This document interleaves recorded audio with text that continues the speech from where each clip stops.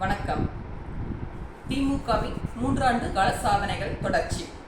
3 ஆண்டு காலத்தில் குண்டுவெடிப்பு, கோவை குண்டுவெடிப்பு கண்டுகொள்ளாத திமுக அரசு, இதுவே அவர்களின் மிகப்பெரிய சாதனை. ஒன்றை நீங்கள் நன்றாக சிந்தித்து பார்க்கவும்.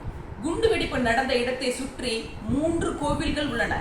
இந்துக்களை அழிப்பது மட்டுமே திமுகவின் வேலையாக கொண்டு செயல்பட்டு வருகிறது. குண்டுவெடிப்புக்கு ஐஏஏ வரணும் அப்படிங்கிற சொல்றதுக்கே அவங்களுக்கு 4 நாள் டைம் எடுத்துச்சு. ஏன்னா சொன்ன உடனே வந்துட்டு தடயத்தை கண்டுபிடிச்சிட்டாங்க, என்ன பண்றது? அதனால அதெல்லாம் முடியாதுன்னு சொல்லிட்டு திமுக இப்படிதான் வேலை செய்யும்.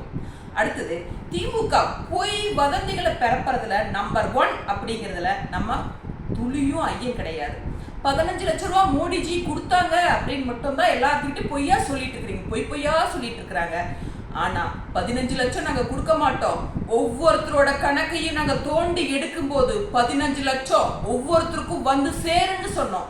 அதற்கான முயற்சி ஏவா வேலு, ஜெகத் ரட்சகன், பொன்முடி, செந்தில் பாலாஜின்னு சொல்லி இப்பதான் அவங்களோட கணக்கெல்லாம் எடுத்துக்கிட்டு இருக்கிறோம். அடுத்தது இப்ப ஜாபர் சாதிக், இவங்களோட கணக்கை எடுத்துருக்கிறோம். இனி எல்லாரோட கணக்கை எடுத்தோம்னா அதுல இருந்து வர பணத்தை உங்களுக்கு நாங்க தாராளமா தர முடியும். இதையெல்லாம் தமிழ் மக்களாகிய நீங்கள் கேள்வி கேட்கணும். இத்தனை ஊழல் ஏண்டா பண்ண, எங்க பணமெல்லாம் இப்படி போட்டு வச்சிருக்கீங்கன்னு கேட்க வேண்டியது நீங்க.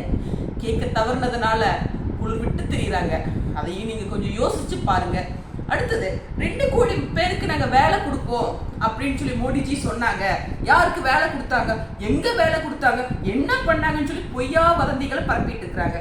ஆனா ஒரே ஒரு விஷயம், எத்தனை பேருக்கு முத்ரா லோன் மூலமா அவங்களே சுயமா சம்பாதிக்கிறதுக்கு ஏற்பாடு பண்ணி கொடுத்துருக்கிறார் நம்ம மோடிஜி. இதை நீங்க சிந்திச்சு பார்க்கணும். 2 கோடி பேருக்கு நீங்க வேலைனா நீங்க லேபராகவே இருக்கக்கூடாது, நீங்க ஓனரா இருக்கணும்னு நினைச்சதா எங்க மோடிஜி.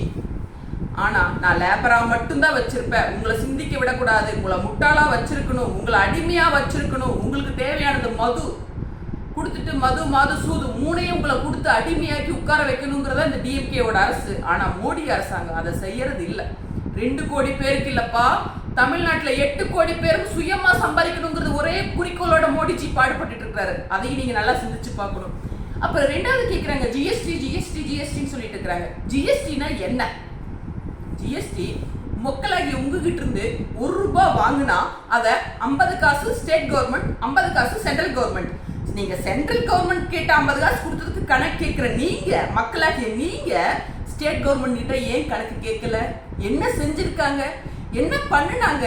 மத்திய அரசு நலத்திட்டங்கள்னு சொல்லி ஒவ்வொன்றையும் நாங்கள் வெப்சைட்ல ஓப்பன் டாக்ல கொடுத்துட்டு இருக்கிறோம்.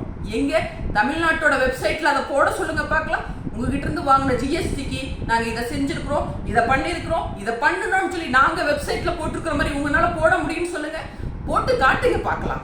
இல்லையா? இதெல்லாம் நீங்க செய்ய தவிர்த்துறீங்க. திமுகவின் சாதனை இதெல்லாம். எல்லாத்தையும் மக்களை ஏமாத்துறது, கொள்ளையடிக்கிறது, பொய் சொல்றது, இதுதான் உங்களோட மெயின் கான்செப்ட். ஆனா உங்களோட குடும்பமெல்லாம் எப்படி டெவலப் ஆகுது? ஆனா ஏழை மக்கள் இன்னும் ஏழையாவே இருந்துட்டு இருக்கிறாங்க. அவங்க மேல கொஞ்சம் கருணை காட்டக்கூடாதா டிஎம்கே சார்? நீங்க உங்க தலைவர்கள், உங்களோட வம்சாவளி, உங்க வாரிசு அரசியல் எல்லாரையும் நீங்க பாக்குறீங்க. எத்தனை பேர் பார்த்துக்கிட்டு இருக்கிறீங்க? இப்ப அடுத்த தலைமுறைன்னு சொல்லி எல்லாரோட அமைச்சரோட பையனை எம்பிஆர் கொண்டு வந்து எலெக்ஷன்ல நிறுத்துறீங்க. இதுதான் குடும்ப அரசியலா? இப்படி உங்க குடும்பம் மட்டுமே வாழ்ந்துட்டு இருந்தா போதுமா? ஏழை எளிய மக்கள் ஏழையாவே இருக்கணுமா? இன்னொரு விஷயத்த சூப்பரா செய்றீங்க.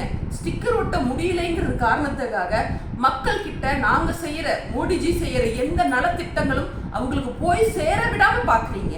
மெயினா எப்படி சேர விடாம பாக்குறீங்க? லோன் போய் கேட்கிறாங்க, முத்ரா லோன் திட்டம் இருக்குதுன்னு சொல்லி அந்த பையன் போய் கேட்டானாலும், ஒரு பொண்ணு போய் கேட்டானாலும் அவங்களுக்கு லோன் இல்லை, இன்னைக்கு வா நாளைக்கு வான்னு சொல்லி அவங்களை இழுத்தடிக்கிறீங்களே தவிர அதுக்கான முயற்சியை எடுக்க மாட்டேங்கிறீங்க. என்னென்ன ஸ்கீம் இருக்குதுன்னு எங்களை சொல்ல விட மாட்டேங்கிறீங்க.